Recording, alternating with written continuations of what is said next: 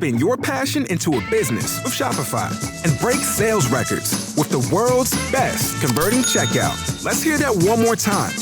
The world's best converting checkout. Shopify's legendary checkout makes it easier for customers to shop on your website, across social media, and everywhere in between. Now that's music to your ears. Any way you spin it, you can be a smash hit with Shopify. Start your $1 a month trial today at shopify.com/records. Hey guys, time to get in on the action for the biggest moments in basketball with Prize Picks, America's #1 fantasy sports app. Just select 2 or more players, pick more or less on their projections, place your entry, and win up to 100 times your money. Right now, Prize Picks will match your first deposit of up to $100. Just download the Prize Picks app and use the code GET100. That's code GET100 on Prize Picks for a first deposit match of up to $100. Prize Picks. Pick more. Pick less. It's that easy. Okay, everybody's got a to-do list, dropping off, dry cleaning, picking up some milk. Here's an idea. Let's save hundreds of dollars on car insurance. And the good thing is you don't have to drop off or pick up anything. All you have to do is go to geico.com, and in 15 minutes you could be saving 15% or more on your car insurance. Extra money in your pocket, my friends. You know what to do with that. It's just may be the most rewarding to do you do today. Now, Podcast One brings you Spike's Car Radio. A downloadable Cars and Coffee, hosted by writer, comedian, and automotive enthusiast, Spike Ferriston. Now, here's Spike. Wow, this is crazy. It's a high degree of difficulty today, Zuckerman. Yes, technical difficulties. We're starting down here in the bowels. The bowels of Podcast One. Because the studio upstairs isn't open. But later on, Jim Jeffries is coming along to visit with us. Very funny comedian from Australia. I don't know him that well. I've met with him once, Zuckerman, but he's a super funny guy. If you have time, I want you to stick around for that. I will try. Right now, we're going to get Jerry Seinfeld on the phone. You're going to have the original Porch Boys all together in some manner. I don't know if we'll be able to hear him. He's calling in on the phone. You and I are sharing this headphone here. And it's a jerry-rigged situation. I wanted to recap. There's so much I wanted to recap. I want to recap Pebble Beach. I want to recap our adventures at the PCA. Jerry, he wants to talk about the Ferrari SF90 for some reason. We got to talk about the Type 6.4. We got a lot to cut through, all right? Hours of stuff. Let's get Jerry on the phone. Here, dial in this number, Will, if you can. I'm not going to say it on the air. I think that's Go ahead. Why not? It's in Long Island. Right there. 8675309. Zuckerman, we had a good time up there, didn't we? We did. We had a fantastic time. The Zagato was this huge smash hit. Everyone loved it. It was so much fun to see who likes that car and who responded to it. A lot of women responded to that car. All right, my favorite was the one guy who said it was made in Germany and would not believe you. Zuckerman. Yeah, that's right. Oh, yeah. Tell everybody what he did. He said he walked away. Well, fine. Fine. And regardless, nice to meet you. Porsche's making that car in the factory. Said, it was made at Zagato. The party you are trying to reach is not available to take your call. Oh. Please leave a message after the tone. Press the pound key to end recording. Hi, Jerry. It's probably because you're calling from your phone. He doesn't know that it's you. All right. So let's hang up and try calling him again. Hit a redial right there. Either that or he's into his 10th pina colada already at 11 in the morning. Yes. Well, it is too. It's a little later there. Yes. Hold on. Is this ring recording? Okay, good. This is quite a situation we have here. The party you are trying to reach. All right, hang up that phone. We're just going to keep talking. We'll call Jerry in 1 second. The PCA, we have to thank everybody there at the work show, right, for helping us out, because we ran out of gas on the way to the show, driving into the middle of nowhere. It was, like 100 degrees. It was like 4 o'clock. We were beat. And we misread. You were really getting on the Zagato, and I'm like, Zuckerman, just cool it. You're going to break it. I was really enjoying the drive. I was really getting into it, but it is funny. For two car guys, we're discussing we're discussing whether the gas gauge works or not. And in the midst of that discussion, we run out of gas like two idiots. And then we called AAA, and that guy. What did that guy said? He said, "Look," he goes, "It's let me be honest. It's going to take you 3.5 hours to get there." And I said, "What? 3.5?" We were kind of in the middle of the nowhere. We were exactly 4.7 miles from where the show was. So I called up VU. I called up the PCA guys, said, "Can you help us?" These guys, the Porsche Club, the National Porsche Club guys, Manny, Aaron, his wife, they rode down. They brought us gas. What a great group of guys, good right? Good cheer, just so enthusiastic to help. We, dropped the gas in. We drove in there. They gave us, I'm never going to forget it because I felt like I was on a desert island with no food or water. I had water and Ritz crackers that never tasted so good in my life. We were suffering, Zuckerman. We almost died. And there was a condom on the ground where we were stopped. A full one. Now Manny or somebody, I guess, Vu sent me a bunch of pictures. I'm going to post them when this show Do not posts. post any pictures of me holding the condom. I'm going to post that picture of you holding the condom. I got it right here. Absolutely not. Why? What would happen to you? Okay, it's disgusting, number one. And there's one picture, I'm laughing, and then when I saw the chunks that were in it, I started to retch. And why did you pick it up? Okay, what else am I supposed to do with it? All right, let's try JS again. Give him another ring. Did you here. text him we're calling from this other number? Yeah, I did. He this is typical Seinfeld, right? I want to do this at 11:30 and then or 11:15, and he's. Did you see ready. he gave another number to call? Here, right? Hey, while we're still here, Carlo Stepanians from Lugcraft.com. I don't know if you saw it on my Instagram. Made me an awesome Spikes Car Radio skateboard deck. I immediately put wheels on it and rode it. I love it. I just want to give him a plug, guys. Check out Lugcraft.com. What's his name? Amazing stuff. Carlos Stepanians. We're not selling these. This was just kind of a one-off deal. Hello. Good morning. Mr. Seinfeld. Welcome.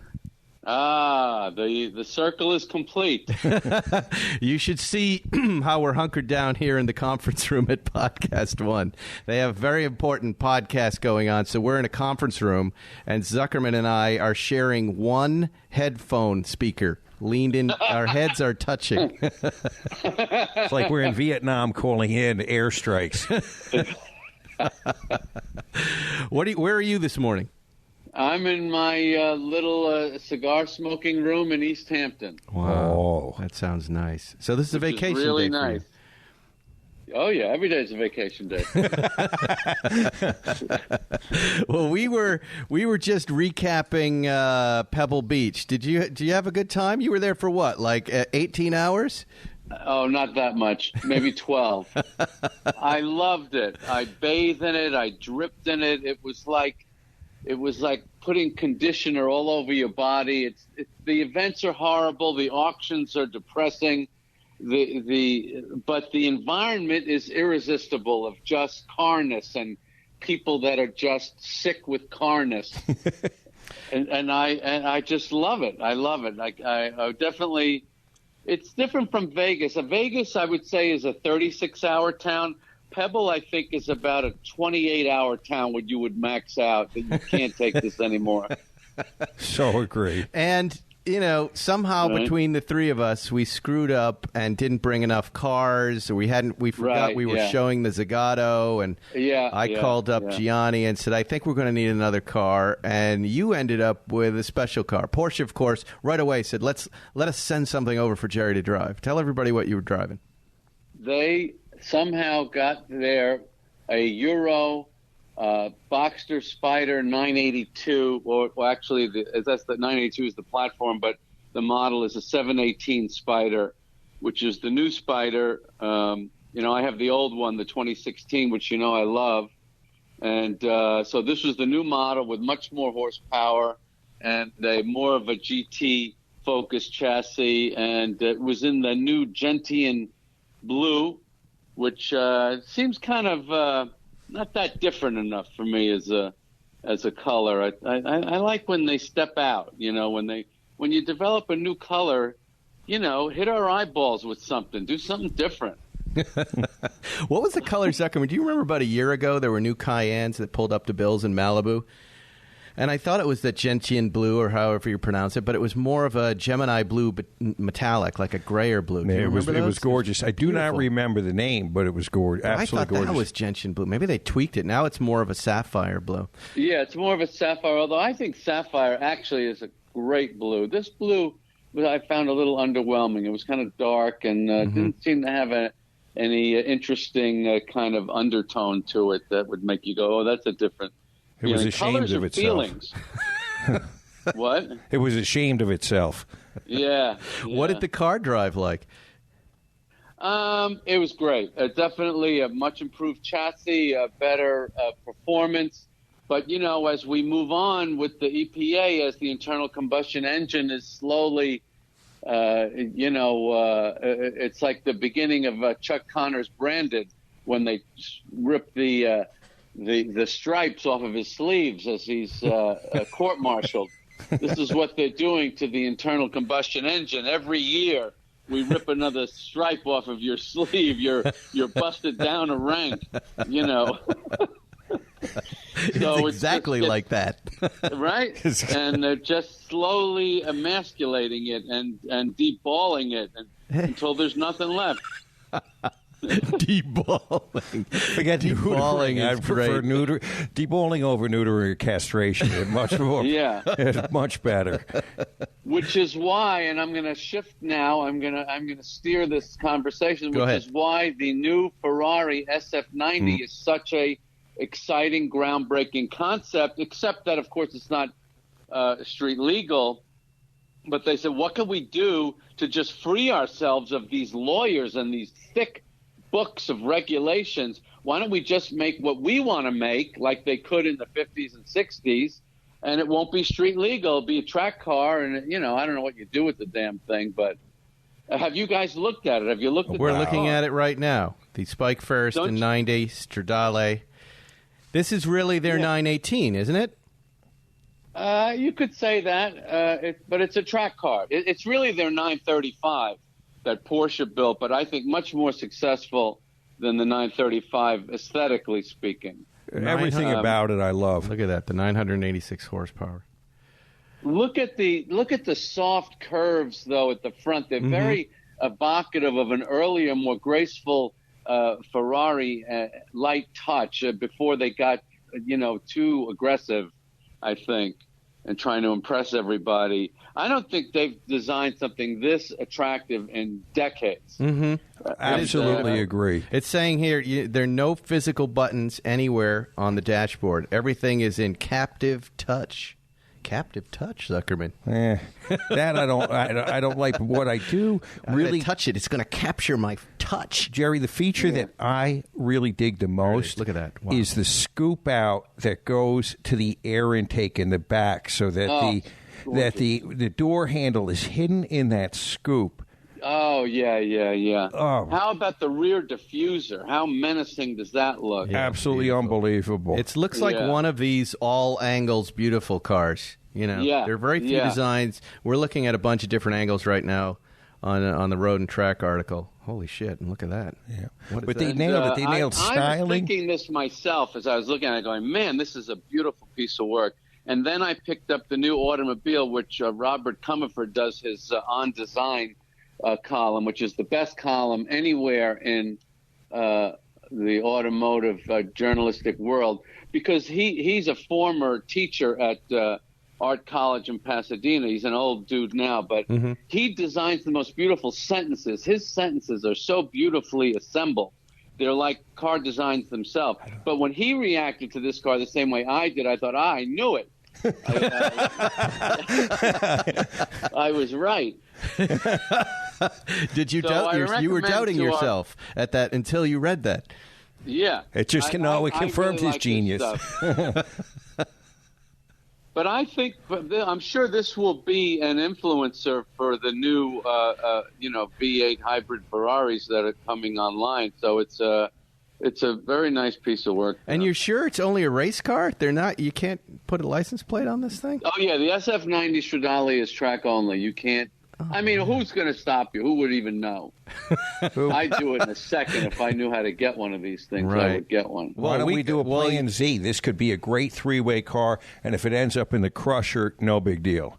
Yeah, you're right. That's a great idea. You know, of course, you're going to get offered one after this episode airs. It'll be Really? our friend Joe Richardson at Ferrari. I'll let you know. Yeah. Did you see how color? low the engine sits in the engine bay? Yeah. The center of How gravity. about the Gentian blue for this car? Hey, let's talk. We got to talk about the Type 64 Porsche. I mean, there are a Let's couple. move on to the Type 64, the elephant in the room. It's the elephant in the room.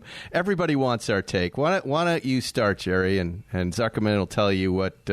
We'll talk about what we know so far. But you tell us what you saw. I think you guys probably know more than me, but I have been aware of this car. All Porsche guys are aware of this car, know the car. Had you been offered the car? I've been offered the car for over 20 years, multiple times. And at what numbers? Do you want to say? Pick a number. Every number you can think of. And every time I was offered, the number was completely out of sight, which I couldn't imagine spending that kind of money on it. My problem with the car is the interior. I don't like it looks pinched in there. It's scary. It looks scary in there. I just don't. I could get a little claustro, and that car, I just didn't want to be in there. It looked like one of those sensory deprivation tanks to me. But it's really cool. Obviously, the lines are Porsche inspired. It was a Porsche idea. It had nothing to do with the company to me. The company began with the 356 in 1948 after the war. This was something else that they did, and not the only other thing that they did, by the way.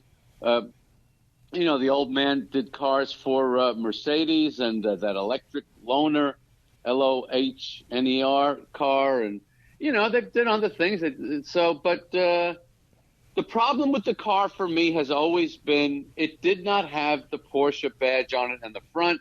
It was slapped on later to enhance its historical significance. Which, when you're going for this kind of money with some supposedly major piece of history, don't cock it up with crap.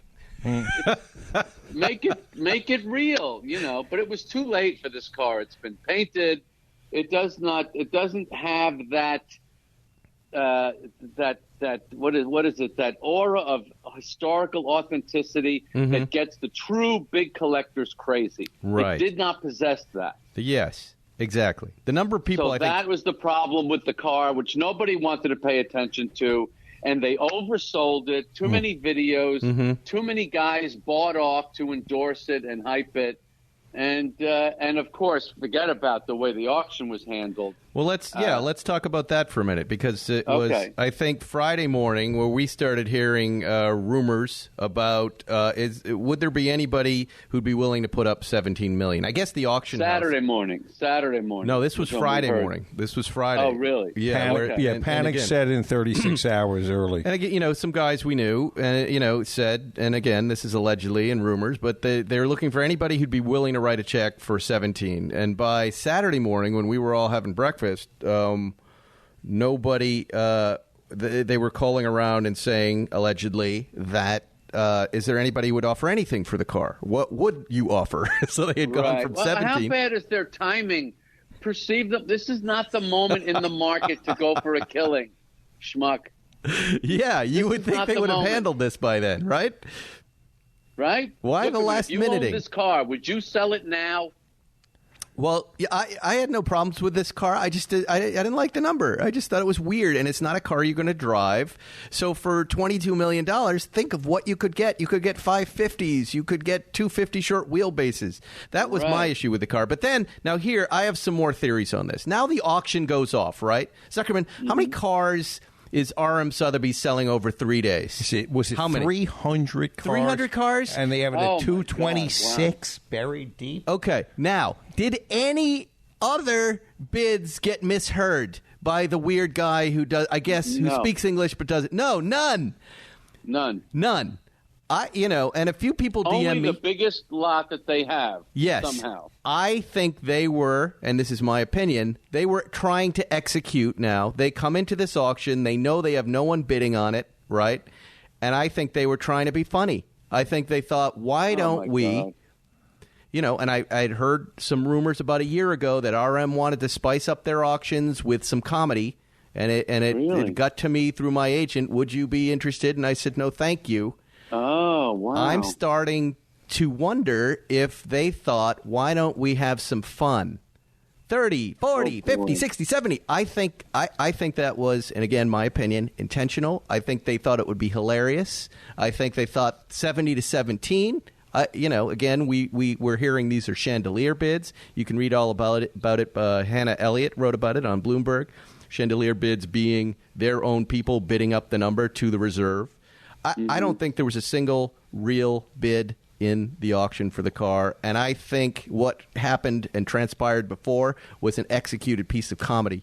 And we want our deep throat. We want someone to step forward and tell us the story. Because, Jerry, you and I think, know better than anybody what happens when people who don't know how to write comedy, right? Yes, in front of the worst comedy room in the history of mankind. Exactly. And that's what happens, right? It's like that. Go back and watch this tape. This is like the Zapruder film. You watch it, it's like, you're telling me that after he gets to 40, 50, no one walks up to the stage or in the IFB, his little earpiece says, hey, hold on. Right. It's a mistake, and they just let it keep going? Oh, I see, right. Come on. Well, in any case, that car is not sold. Now, Jerry, before you go, a couple of things. I got 10 more minutes. Okay, 10 more minutes. All right, this will be quick. But I was watching Tarantino's new movie, Sharon Tate's 9/11. Did you notice? Of course I did. Tell everybody what's wrong.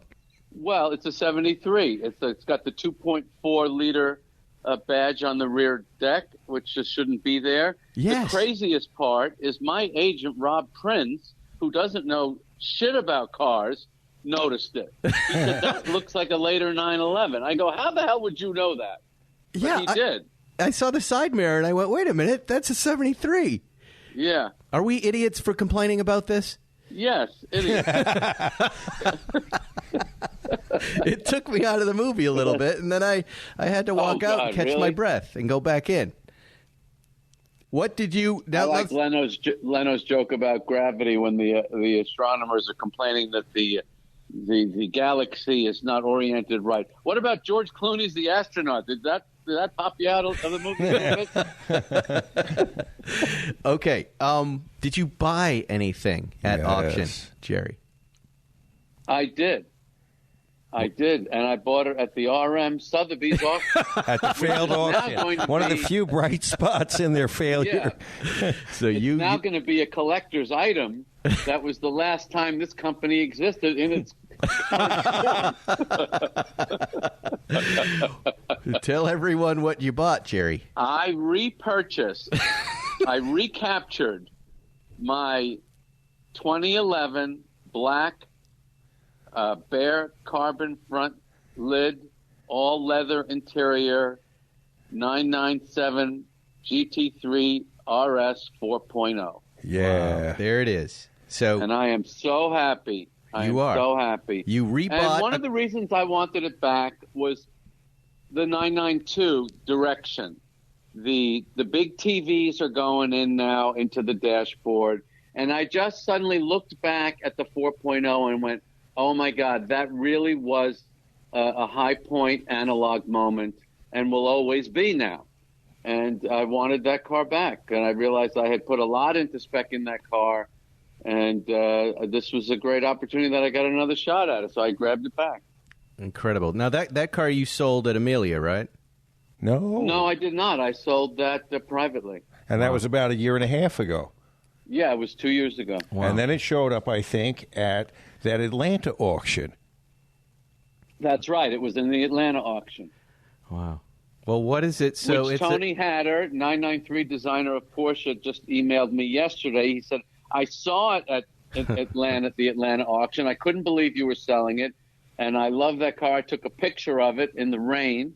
And he sent me the picture, and that just made me feel so good because Tony Hatter and Grant Larson are such special guys to us. And they signed the inside of the deck lid, right? The front deck There were lid. 3 signatures. I had Grant Larson, who did the 997. He's the guy who saved the 911 from the 996 disaster, was Grant. And then you got Pruninger in the GT department, Angry who also gets a full credit, and Hans Metzger, who had been designing Porsche engines since 1963. He designed the first 911, and that was his last iteration of it, was in the 4.0. So, and those 3 guys signed the inner lid. Wow. So you can go back, Jerry. You can go back to your old cars. You can go back. I've always said that. You can go home again. And don't leave when you get there. Now, you were after another car, too. What was that? I was after the 67S with the rally package and the Sport Kit 2 engine, but I would not go over 750 on that car because there's certain numbers that take the fun out of the hobby. And that car over that number wouldn't be fun. It would be sad. You'd feel sad. And they had the reserve really low on that car. Wasn't it like 250? 200 to 350, yeah. Wow. And it ended up selling for what? I don't know, 850 or 9 something. Wow. Hey, do you know what it went for? Wow. I thought it was 8 1/4. I could be off a little bit.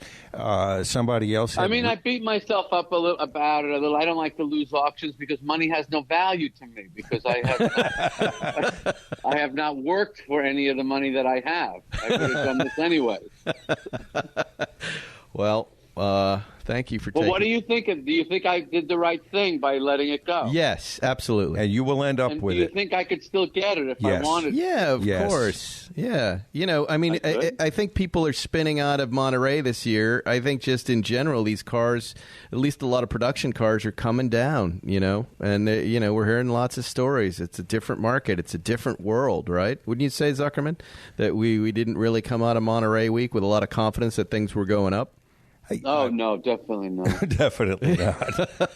Everything's See, collapsing. how much damage did the Type 64 do to the whole car hobby in general? I think that auction. I think it had the biggest impact on the auction houses. The auction houses were already in trouble in this world, and I think it was just a real black eye, particularly to RM Sotheby's. They've got no credibility. Right. And already that really felt like a Richie Rich scamathon. Exactly.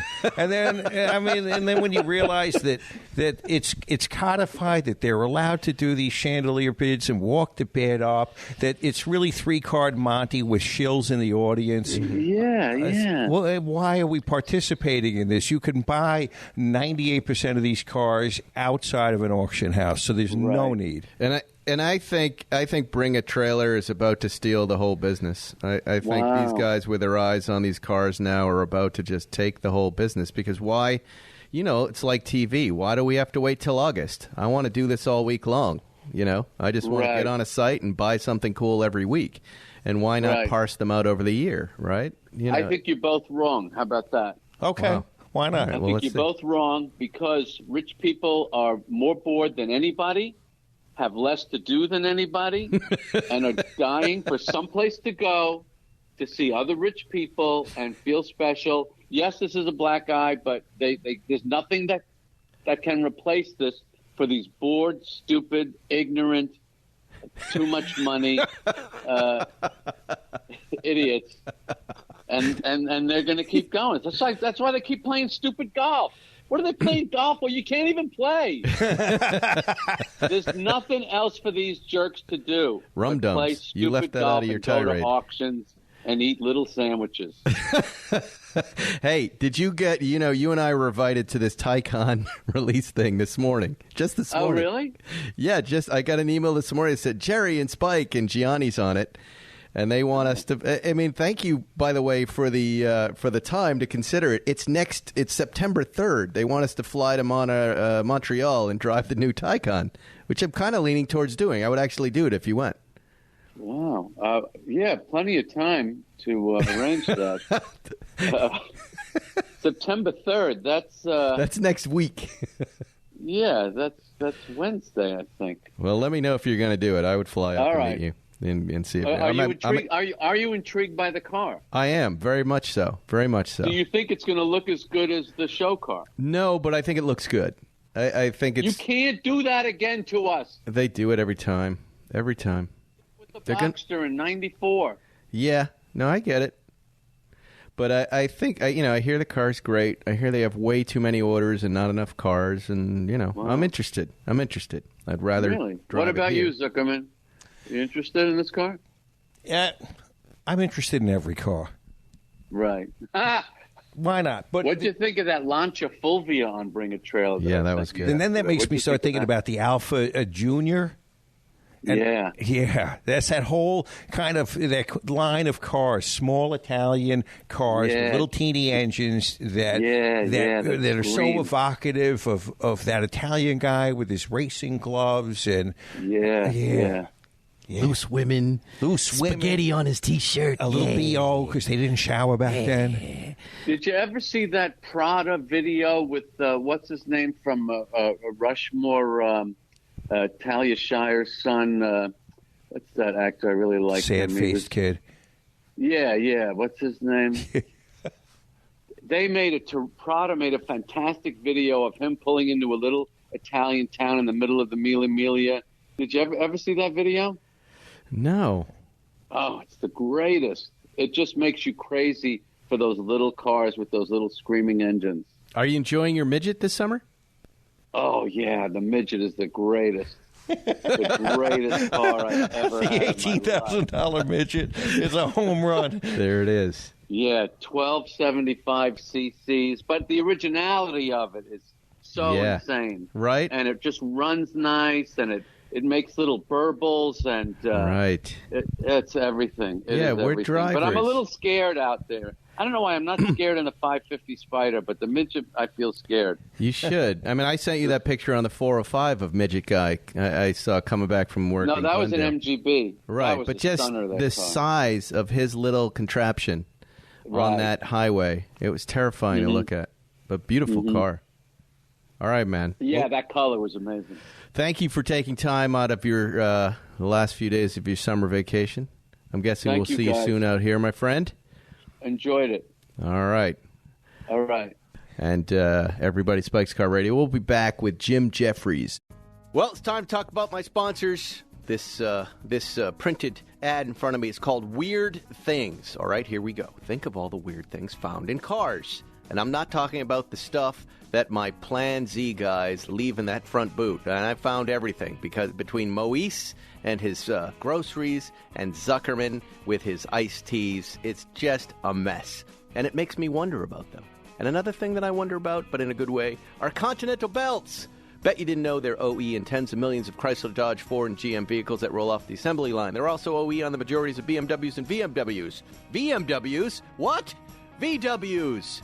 Now Continental is launching the aftermarket multi-V belt with the OE pedigree. It's their OE Technology Series belt that are fanatically engineered for perfect fit, form, and function. And Continental has an OE Technology Series multi-V belt for 98% of vehicles on the road in the U.S. and Canada. Hey, you get enough surprises working on cars and trucks. A belt should not be one of them. Go to Continental OE Technology Series multi-V belt, the belt with the OE pedigree. To get the full story, visit oetechnologyseries.com. You're listening to Spike's Car Radio. You can talk about cars if you want. I like cars. I like cars. You're listening to Jim Jeffries. The real Zuckerman had to take off. He's not feeling well. That's my co-host. Jim, how are you, man? I'm good. I'm sad he's not feeling well. What's wrong with him? I don't know. He drank some bad tonic or something. Oh, he's got a hangover. He's got that sickness. No, I don't even think it's that. He probably touched something and licked his fingers. And what is it? I would have liked for you to have met the real Zuckerman. He's a lot like you. Right? It's not like you're the comedian version. Oh, well, I don't want to meet that guy. Why would I want to meet that guy? I don't like the comedic version of me. This is great that you're in here. I'm a big fan of yours. I think you and I met briefly maybe 3 years ago in your manager's office. You were looking to do a half hour, and you were interviewing showrunners. Does that ring a bell? Well, yeah, No. to do the Jim Jeffries show? Or this is No, it wasn't at Brillstein, I don't think. It was, then that's like 8 years ago. yeah, maybe it was a long time ago. Yeah. But I remember being, deep into developing other stuff, and when your name came up, I went, boy, I really like him, and it was just too late in the season for me. Oh, that would have been back when we did Legit. That would have been.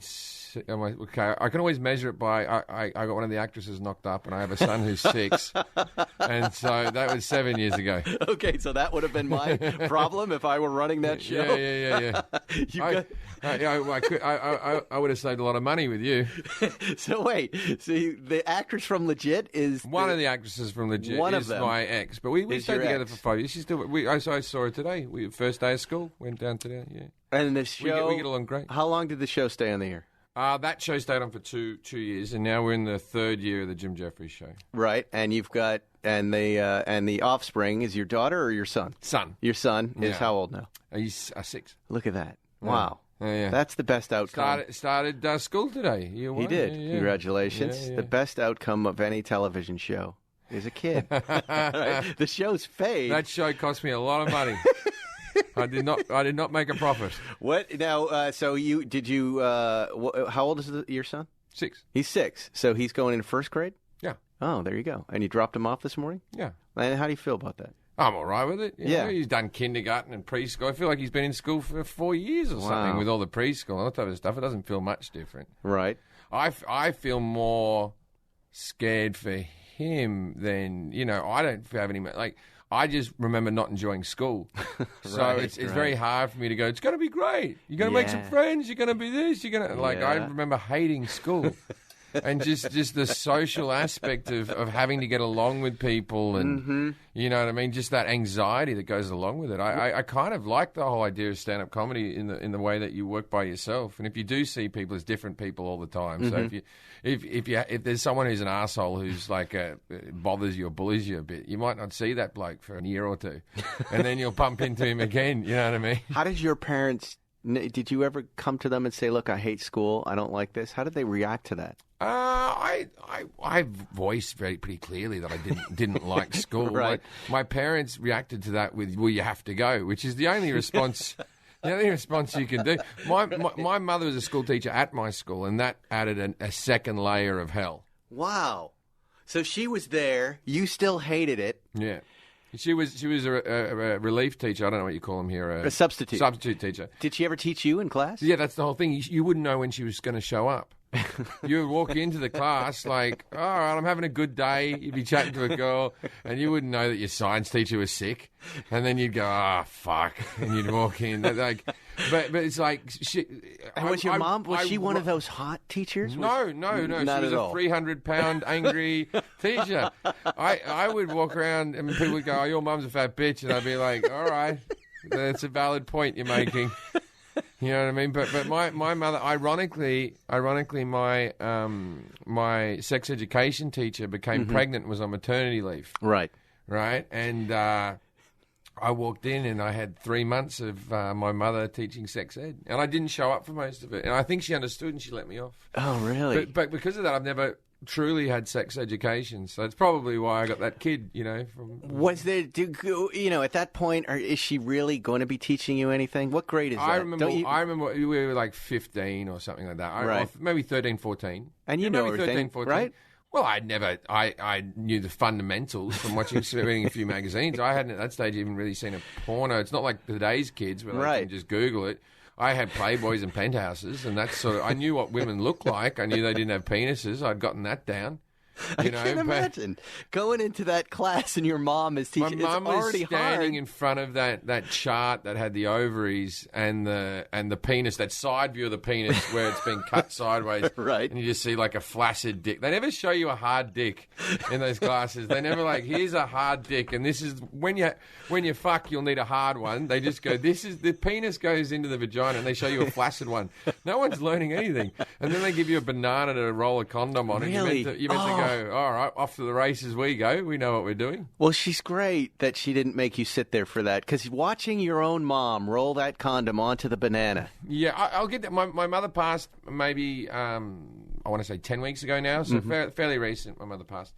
Did you tell this story at the eulogy? No, I did. No. I did read a eulogy though, and my mother passed. And I look, bless her. She was a very tough woman, and but there's some things about my childhood that I sort of get angry about. I think we all have that type of stuff, you know. Yeah. I mean? But she loved me very much, and I will give her this. I used to give her a beating on stage. Like the jokes that I said about my mother were pretty relentless over the years. Right. Where people would yell out, like, how's your mum doing? Like during shows and stuff. And she had a nickname, Gunter, and that was the name of the elephant from the Moscow Circus that she took us to when we were kids. And so we always used to call her Gunter. And so anyway, so people would yell out Gunter.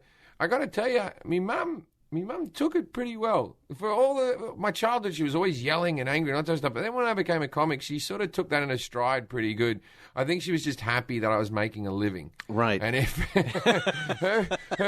the reason she was so angry when we were kids is because she all thought we were going to be fuck-ups. Don't fuck up. You don't want to be fucking a loser. You know, we got told that all the time, right?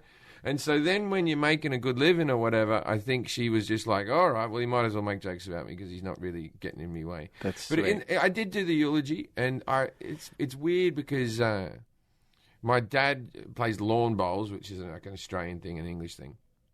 And so all the old people play that. I don't know what old people do in America.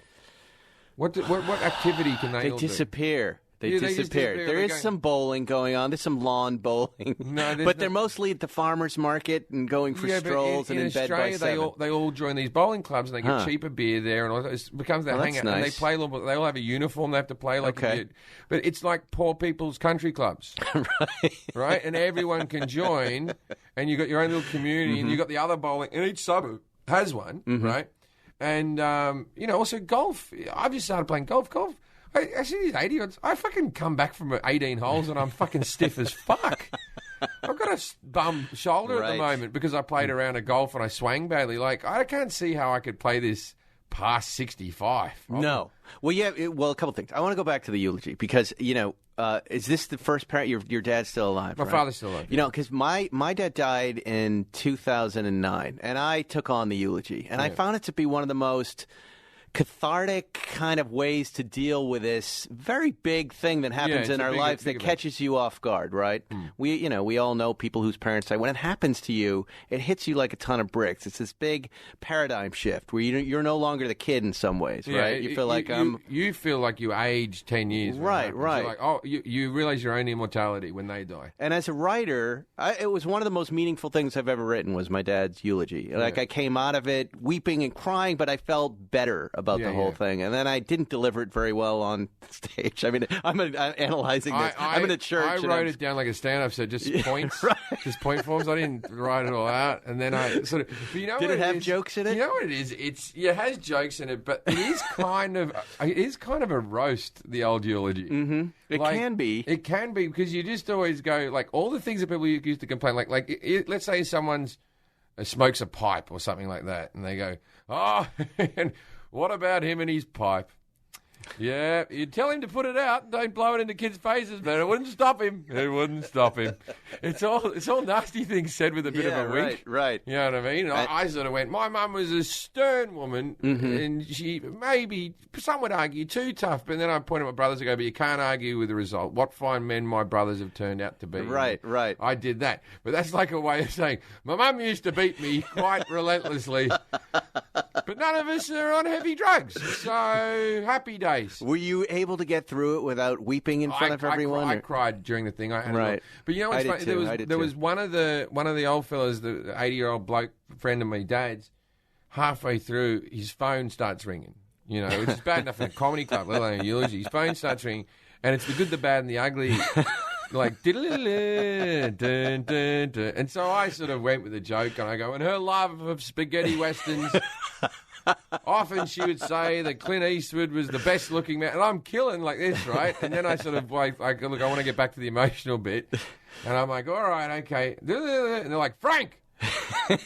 Now Frank didn't have his fucking hearing aid in, did he? So they're just yelling at him, and then he's like, oh, sorry, it was my phone. Was it, Frank? No one knew. Were there people who were just like, God, Jim Jeffries is performing in this church over there. I want to go to this. Yeah. He's doing the small room. Were there people who snuck in just to hear this? Well, thing? this is the thing: is it was one of these funeral places, and there literally is. Was it here in L.A. or back in Australia? This is in Sydney. This is in Sydney. Okay. There literally is 5 or 6 different rooms, and they're churning them out all day. They're doing 15 funerals there a day, I would say, right? And like my mum couldn't sell tickets to the big room.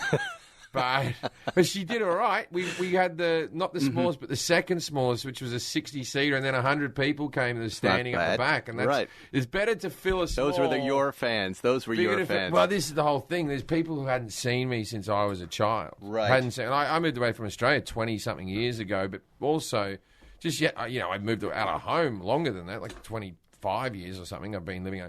And so my parents didn't keep up with their friends very well. It's not like today where everyone's on social media. There's friends that they lost or whatever. There's people who hadn't seen me since I was a kid. And I was like, in December, I did an arena tour of Australia. I did where they hold the Australian Open. And you think you get a little bit of notoriety in that thing. I still had people going, so what do you do? Oh, right. Haven't seen you as a child. Oh, I'm a comedian like that, right? Oh, your brother should have been a comedian. He was the funny one. Well, he didn't, did he? So it's here hard. we are. There's, you're right about that. And it's, I think about fame all the time, and I don't know quite what it is anymore. I know maybe Tom Cruise has it, or maybe a Brad Pitt has it. Your buddy Brad Pitt has it. It's funny that I've done a couple of things with Brad Pitt, and it's like 40% of all questions asked about Brad Pitt, in my right? personal and private life. Right. About Brad Pitt. That's the real fame, because now there's this new tier. Everything's so fragmented that really you have to straddle about 20 of them to kind of break through. Yeah. Right? But I'm sure everybody says, well, how do you walk down the street? How do you go to the farmer's market? You met Jim Jeffries. You must get attacked everywhere you go. Fame is a weird thing because fame brings you more trouble than it brings you goodness. And I know that people might be listening and be going, oh, boo-hoo. Because this whole, like, I have a lovely girlfriend. I have a wonderful ex. I have a beautiful son. Life's good. You know what I mean? But if you're not single, fame's kind of pointless. Well, no. Well, you get restaurant reservations. Bullshit. And hotel upgrades. The hotel upgrades. The restaurant reservations, I always go on a table for Jim Jeffries. Okay. Fine. Or we're booked out. They never. You have to get this. All right. Let me give you a tip. To do let me give you a tip. No, you don't. No, you don't. All right. This is how you do it. Hey. And this comes from Jerry Seinfeld. Right. And I saw him do it, and it worked. Yeah, now maybe. Hey, I want to have something to eat. No, maybe it's because it's Jerry. And he only eats in the same fucking diner every day. But this is what he does. Right. And now he's got, different name recognition than I do, obviously. You're kind of in that category, so it will work for you. No, I'm not in that You go like this. You call up and you go, this is Jim Jeffries. Right? I'd like a table for 4 tonight at 8 o'clock, right? He says, whether they know you or not, that throws the hostess off balance enough to Google you. What do you mean, whether they know you or not? He's Jerry Seinfeld. Now, wait. I'm not anybody, and I've been doing this, and it works. That's what works? Yeah, it works. If you are a Googleable person in any regard, maybe you own an interstate trucking agency, maybe anything that they can just put your name in. Right. It works more often than not. So Jim you try Jeffries, this. I need to eat. No, you don't say that, but you say, this is Jim Jeffries. I'd love a reservation for tonight. Okay. At 8 o'clock in the whatever restaurant you want to go. And 5 out of 10 times it's working for me. I know. It's 5 out of 10. 5 out of 10. For all I know, they had reservations. No, but the thing with the fame thing, okay, and I think even now, like being single and famous is even worse now because you can't trust.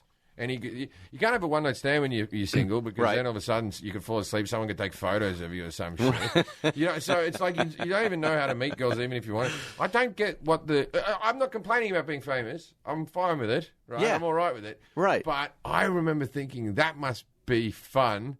And it's what the cool thing is you get to meet cool people. Right. That's the cool thing. Yes. Well, let's talk about that because I know Brad Pitt comes up. He's a fan of yours.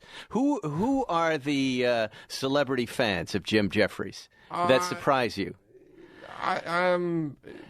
Brad surprised me, but I don't.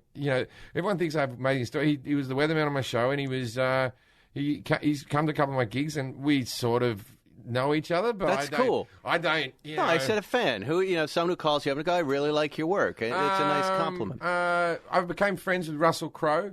Wow. And that was about 4 years ago. I became friends with Russell. And me and Russell, like, actually hang, and I go and hang out at on his farm and stuff. That's fun. Yeah, wow. yeah. What is he doing on his farm? That's where he lives. He's got like a Neverland ranch, but with nothing bad happening.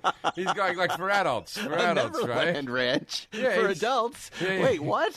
Yeah. There's no kids there. That won't make headlines. No, oh God, no, he's got like a big ranch. So what does he do? He wakes up in the. You say you sleep there? He acts like Russell Crowe. He's the man. He fucking rides quad bikes and horses. And he does. Fucking does gladiator shit, and So what does he do? So he emails you and he goes, "Hey, come hang out for the weekend." We text each other. We're past the emailing. All right, and then does he invite you to stay there, or you just visit when you're in town? No, I go and stay. He's got little houses on the thing, and you go on there, and that's cool. It's like being on summer camp. It's wonderful. And there's there's always like a few other sort of people of my ilk level around there, and we all meet for dinner at the same time. Wow. And then you're kind of on your own, so you don't have to spend all the time with Russell Crowe. I like his company. But we have a few beers, me and Russ. Smoke cigars. Yeah, and talk. He's a smoker. I'm off the cigarettes, but What else do you guys do there? I like this. This is good. Drinking, eating, partying, and swimming. You swim a bit, and you ride the quads. You like those? And like you do things like you'll have a day where you make pizza or something. Like there's little activities to do. That's great. And the 6-year-old, does he know who Russell Crowe is? Yeah, he's watching. Yeah, my son, Russell's he's a really sweet guy. Yeah, he's a really sweet guy. My son, with the 6-year-old genius that he is. His nickname for him is Russell Sprout. Right? Thinks that's really funny. There you go. You know what I mean? He's really nailed that nickname. But I remember one time when my son was about 2 or 3, we walked out of the cinema, and there was a poster for the Nice Guys. The good guys, or the nice guys, the nice guys, the nice guys. And there was a poster for the Nice Guys, and just out of a 2-year-old just walking up the poster and pointing and yelling out Russell Crowe.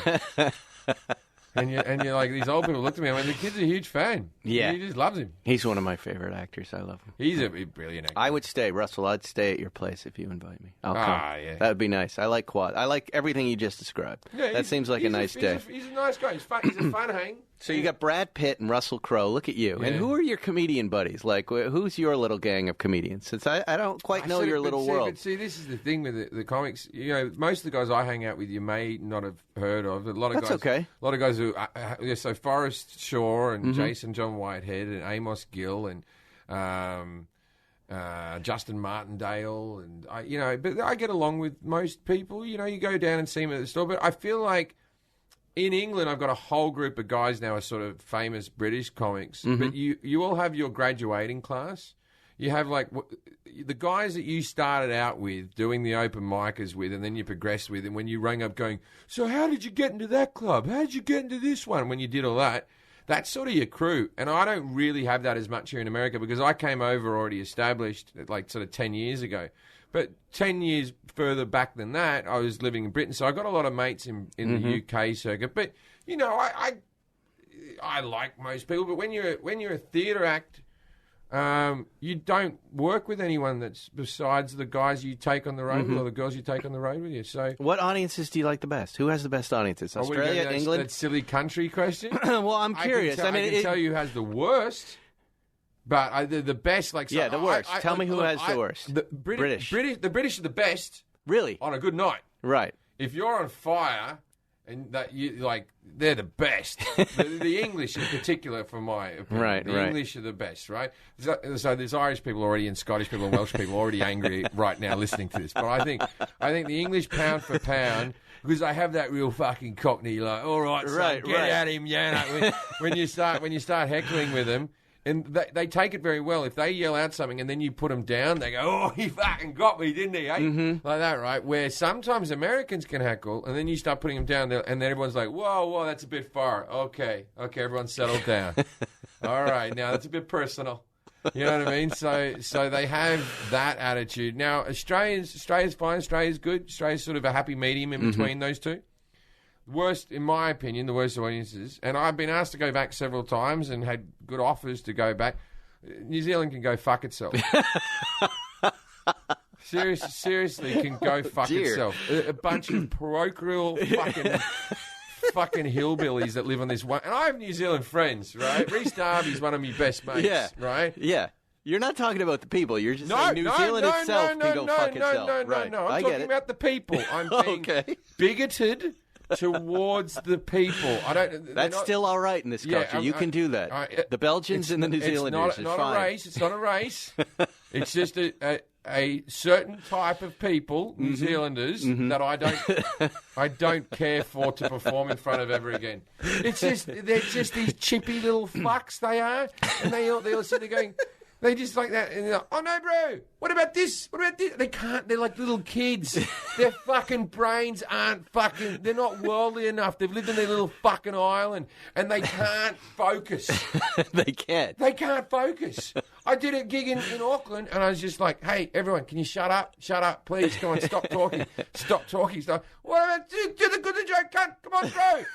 Like that, right? And I'm like, we have to stop. I go, if you keep talking, and I very rarely break character. I'm like, not I'm playing a character, but breaking the persona. Yes, I understand. And I'm just like this going, come on. We all want to have a good time. It's like 3,000 people. I'm like, we all want to have a good time. Just stop. This is in Auckland, the most metropolitan city, bro. And that was right? it. And I said, how about we just see if we can be quiet for 10 seconds, right? And then I went, all right, let's have a look at this. I looked at my watch, and they got to 3 seconds. Fucking cunt, bro! Like that, right? And I just was like, and I just took a deep breath, and I thought this is the only time I've ever thought of leaving stage.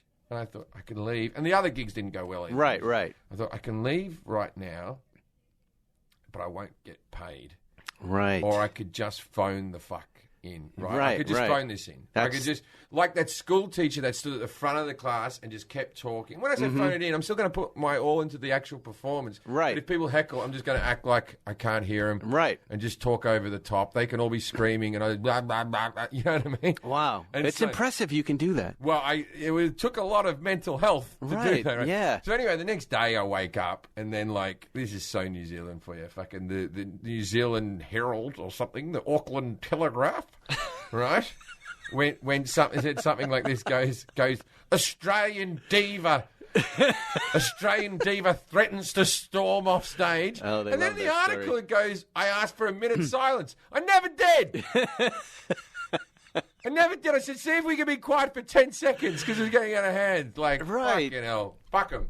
You made the right decision because you walk off. That's it. They have the payoff to their article. Somebody has get a dumb online video, and everyone says you're a jerk and all that type of stuff, and you just muscle that. But you know, we've all had horrendous gigs. Yes, and it takes a lot of, you know, and also there are people like when they go, oh, it wasn't very professional the way you dealt with a heckler or that. This is the thing about jokes and gigs and all that type of stuff. We want it to work out. We want the gigs to go well. That's our incentive. Right. Right? Yes. So people start booing and you start yelling back at the audience and they go, why? Say sorry. Why did that happen? And you go, what do you mean, why did that happen? Right. I didn't want it to happen. It's like going to a pilot who crashes a plane and going, apologise. Why did you do that? I wanted to land it. My intention was to land the plane perfectly and for everyone to have a good time. But unfortunately, I went to the side of a mountain then. You're listening to Jim Jeffries. We're going to take a break. We'll be right back with more Spike's Car Radio. Hey, guys, do you like true crime? Well, if you were a fan of true crime, the Court Junkie podcast is now once a week on Podcast One. Imagine being wrongfully convicted for a crime you didn't commit, or a killer is still on the loose. I'm looking around the offices of Podcast One. I see several people who could be killers. Even though there's not enough evidence for an arrest, the Court Junkie podcast shines a light on the injustices of the judicial system through deep dives into court documents and interviews with those closest to the case. I'm looking right through the glass of two potential murderers right now. Download new episodes of Court Junkie Podcast every week on Apple Podcasts and Podcast One. You're listening to Spike's Car Radio. These breaks are real fast. because they don't really happen. So let's just wrap this up. I just know now people are going to think I'm an asshole. All I did was name drop and then complain about being famous and said they're fucking some New Zealanders are cunts. Do you think he's an asshole, everybody? I don't think he's an asshole. I think right, you're funny. I think you're hilarious. I think you're hugely funny. I'm not worried about the New Zealand hate mails like they can work. I would be worried now if you went back and did a show. I don't know about before. They've offered, I just don't have any interest in going back.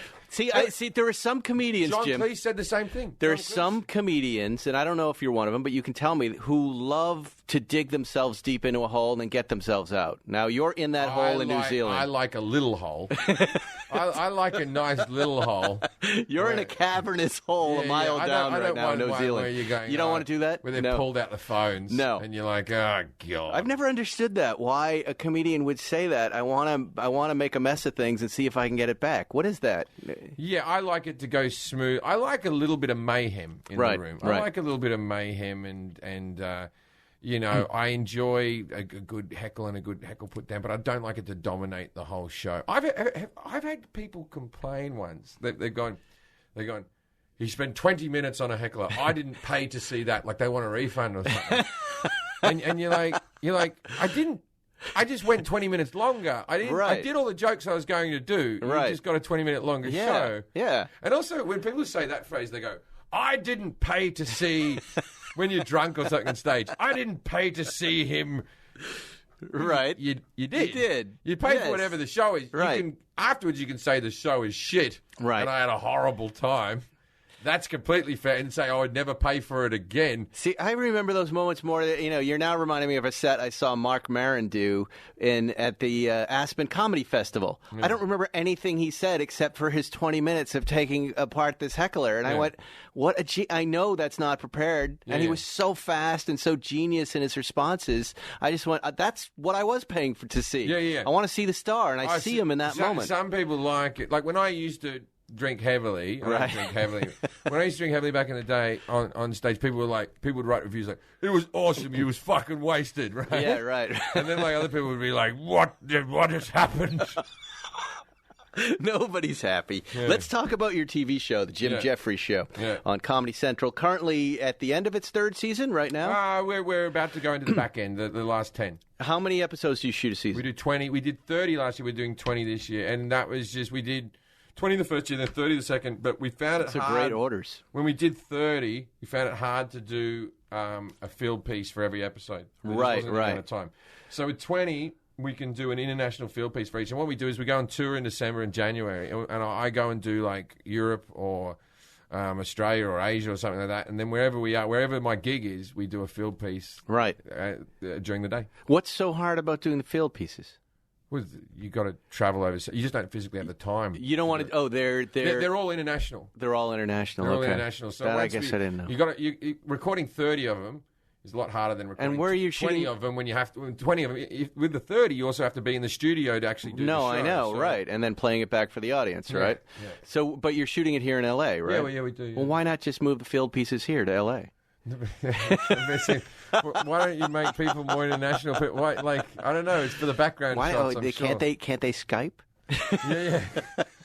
And that's exclusively a political show, right? No, not at all. I think it's sometimes it's a little bit sketchy, and sometimes it's social issues, right? But like when you say political, I don't think we mentioned Trump's name in the last 8 episodes. Not once. Right. Not once. And so it's like I find it weird when people go, all they do is bash Trump. No, I find that to be a very tiresome thing to talk about over and over again. It is. It's hard, right? It's been run through. The guy tweeted something like a fucking moron. He said something stupid at a fucking like. What do I need to do? You know.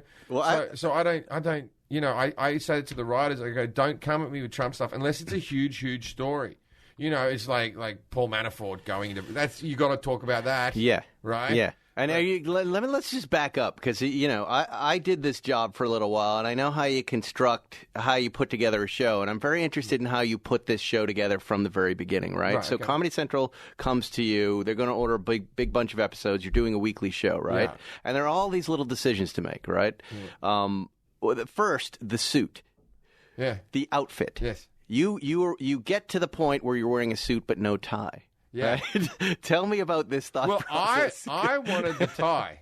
You wanted the tie. I wanted the tie. Jimmy Kimmel started without the tie. Yeah. I thought I almost went there, and then I said, no, I'm going to finish it because it feels unfinished. But I want to know your thought process. I wanted the tie. And in the pilot, the non-aired pilot, I wear a tie. Right. Right? And Comedy Central were like, no, they wanted me just to they wanted me like in a leather jacket leaning against a bar doing it. Because that's cool. Because that's what the stage thing. And I thought, no, I would like to be considered, I would like to be taken seriously. And if everyone else is wearing this one uniform that all late night shows have, you're exactly right. I don't think I'll be in the conversation if I'm the guy wearing a leather jacket. And that's right. So I thought, all right, I'll wear a suit. And then they went, okay, well, you have no tie then. And I was like going, I want to wear a tie. I like wearing ties. I just, when I wear a suit. What was their reason for taking the tie away? Because I'm Jim Jeffries and I'm crazy. I'm like a wild man who would never be buttoned down by, this is the mentality, right? And they're wrong. But go ahead. I wanted to wear a tie. Anyway. Everything you said, by the way, about the suit and the tie, you're exactly right. Yeah. You're exactly right from the get-go, and you're dealing with people, executives, who don't know what they're doing and don't know the history of late night the way you know it. I'm very happy with all the executives I work with. Just want to put that out there. They're wrong about the tie. Yeah. Anyway, continue. Apart from the tie, they're doing a wonderful job. But most people don't understand, like, these little things, the geography of the desk to the guest and the suit and the tie. The thing is, I had to fight for a desk because they wanted me to stand, and then we made a compromise where I stand sometimes and I sit sometimes. And there's all these things that people think. Anyway, so it went into the show got tested. Right. By a bunch of fucking, I assume 80 people who go to fucking Universal and go, do you want $50? Like, the geniuses of our time. These are the people who test programming before you see it. Right. Right. And what was the response? The response was, they liked the show, they liked my attitude, blah, blah, blah, blah. Lose the tie. Really? Yeah, and I don't know if that's for a fact. I feel like maybe they slipped that in there. No one's going to say that. It's like everybody, everybody, those 80 people, they're all unanimous, did not like the tie.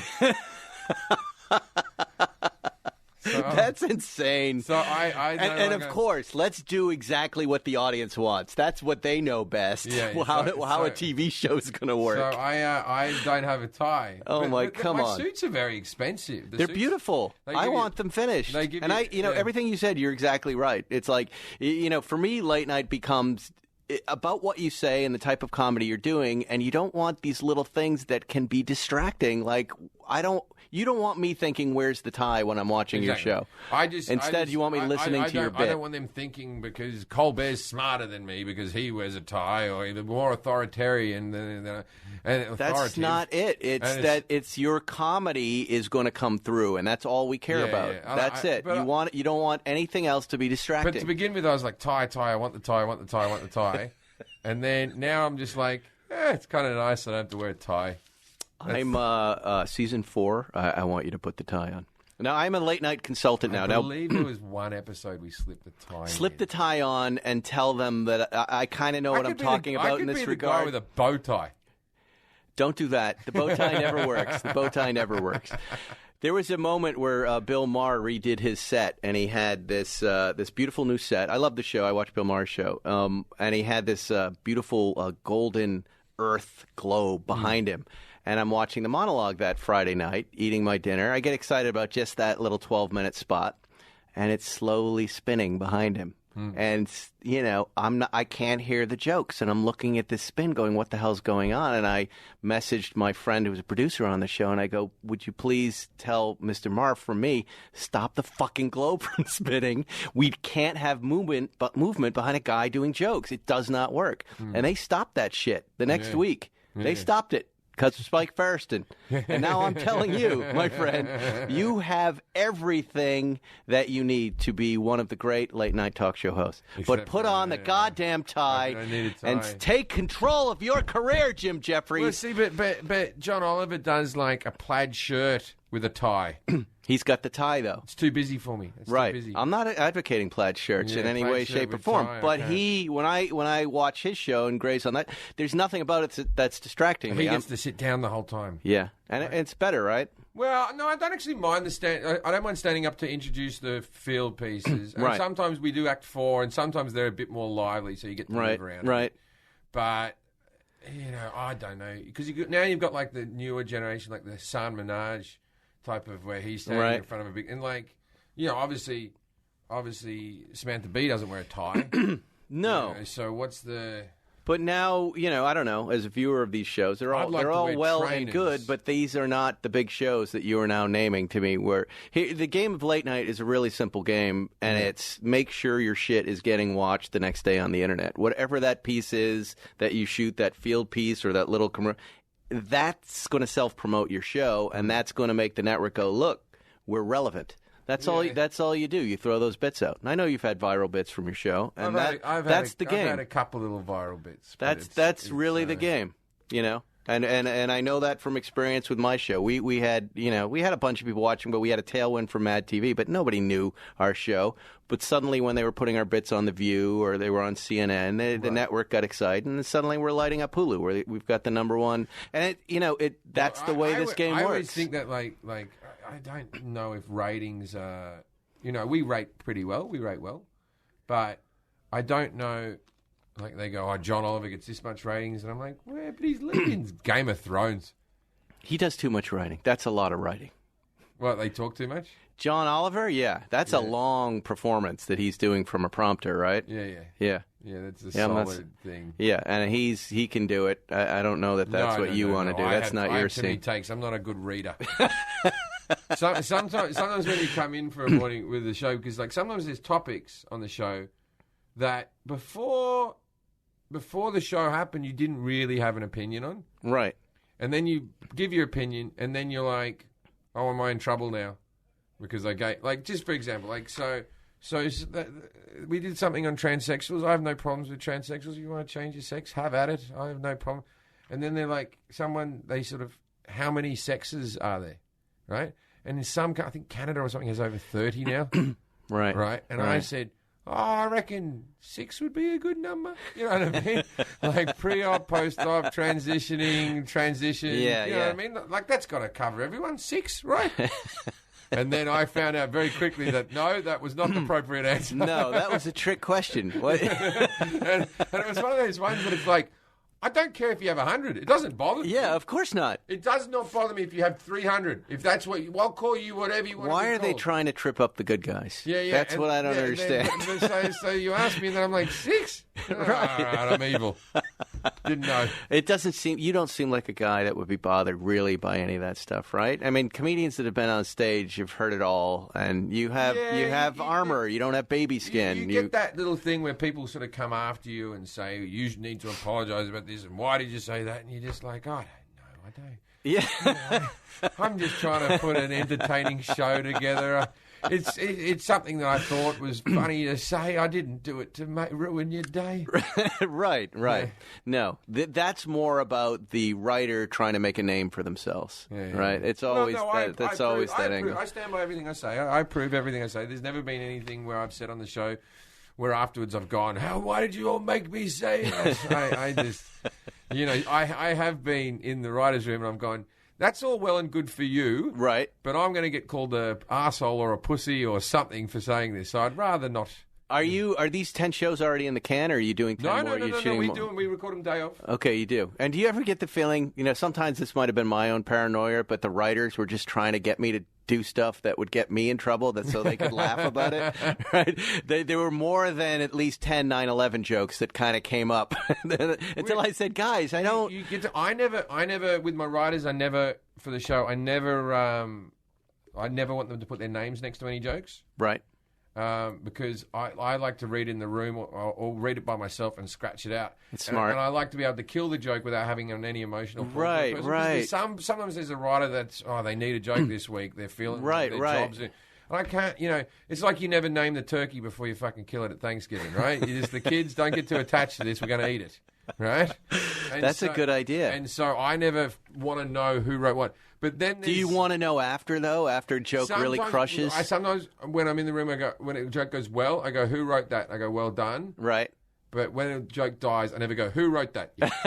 You fucking idiot. I never do that. I could tell with about 98% accuracy who wrote every joke. It didn't matter. The problem is I know who's written which joke. Right. I just know from the sounds of it. Right. Everybody has a distinct style. There's one of our writers, who it's always like, he always writes something that involves cum. And so there's always like a joke that's like, anyway, so then the politician said something, and I was standing there with a head full of cum. Right? If that happens, I know it's him. And I like a good cum joke, and I didn't know there was that many of them, but he can do one every week. That's a good little tag you could put on pretty much any story in the news right now. Yeah. And I was standing there with a handful of cum. Yeah. So that's going to make us laugh just the way you said it. So I had to leave the party because I came on the flowers.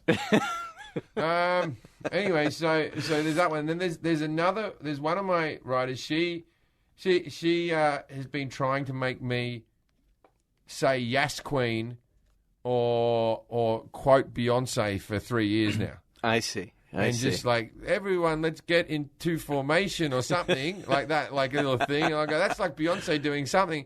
And I'm like, I've never listened to one of Beyonce's songs. I don't know what Yas Queens means. I feel like I might be racist saying it, but I'm not sure. And so I'm not confident enough. And people said, no, it's all right. They say it on Broad City. And I go, but if me as a 42-year-old white man goes, Yas, like, am I? Yeah, that's tough. So every time that's in the script, yeah, I'm like, I told you not to put that in anymore. And she said, they try to make me act like Queen. a sassy woman, like, and I just feel it feels disingenuous. And then occasionally they put, like, I didn't watch Game of Thrones. And then there was one joke that was like, they talk about like how there's a Starbucks coffee. Right, there was. And they go, and I was like, who's to say that there's no Starbucks in Westeros? Westeros, right? And I go, although they wouldn't let in, who's the black guy who's in, the guy who's like the guard, he's like the armor. Oh yeah, the eunuch guy. I saw the final. I don't know what his name is, but I know who you're talking about. And so I'm like I go, they have a Starbucks there, but they wouldn't let in, what's his name, the black guy, they wouldn't let him into the bathroom. And then they go, mostly because he's dickless and he'll just spray piss everywhere, right? Now, I didn't know who I was talking about was black, and I didn't know that, like, what the reference. I hadn't even followed the Starbucks story, and so I remember just reading it, just like it's information. People were like, trust me, you'll get a laugh, right? And I just read it like it was information. The audience laughed, and I'm like, all right, I just timed a joke that I have no idea what I said. But it's hugely funny. Well, that's how you know you have great writers. Yeah. And I would do the Beyonce joke. She sounds like a very funny writer, and No, I think you could nail it. She's a very good writer. I'm sure she is, but I think you just have to pull off the read. Everyone, let's get into formation. Like they try to teach it to me. I gave it a couple of goes in rehearsal. I'm not doing it. Right. But the women in your audience will get it. They'll understand. I saw Beyonce once in concert when I'm going to say when she had Crazy in Love was out. Mm-hmm. I was dating an MTV VJ in Britain where I was living at the time. So this is 15 years ago, probably that Destiny's Child broke up, right? Okay. I went to the concert and we were front row centre, and me and my mate, we would have been the only sort of 30-odd-year-old men there. It was just teenage girls. We're in the front row like, oh, this was good. And she had no songs back then. She couldn't fill a concert. She'd just broken up with Destiny's Child. She wasn't allowed to do those songs. All she had was Crazy in Love and a cover of You Give Me Fever. Right, that was all she had. In the middle of that, she would change outfits a lot and go, oh, do you want to see my dancers dance? And they'd come out and they'll dance, and then they'd do a clapping thing, and she'd whip her hair back and forth. Yeah. And I remember thinking, this girl is going nowhere. Right. She has nothing. You can't see it. I couldn't see it yet. No. Just like, and now look. She's a force of nature. She's beyond anything in entertainment. The queen bee. I watched. I was wondering what all the fuss was about, and I watched some of it on HBO or wherever it was last. I could not believe what I was seeing. I have a theory on this. So I like the marching band because I used to be in the marching band. You got Queen Bee and Queen Latifah. Right. And two dope queens, I think. Right. Black girls like to be queens and white girls like to be princesses. Is that racist of me? Yes. But you know what I mean? It's like I think the black system's better. Being the queen. Yeah, you want to be in charge. Right. You want to be in charge. You want to be royalty, you're in charge. Princess, you want to be taken care of. Right. Right? Yes. See, that's why men, even when they act like women, they still got to be the queen.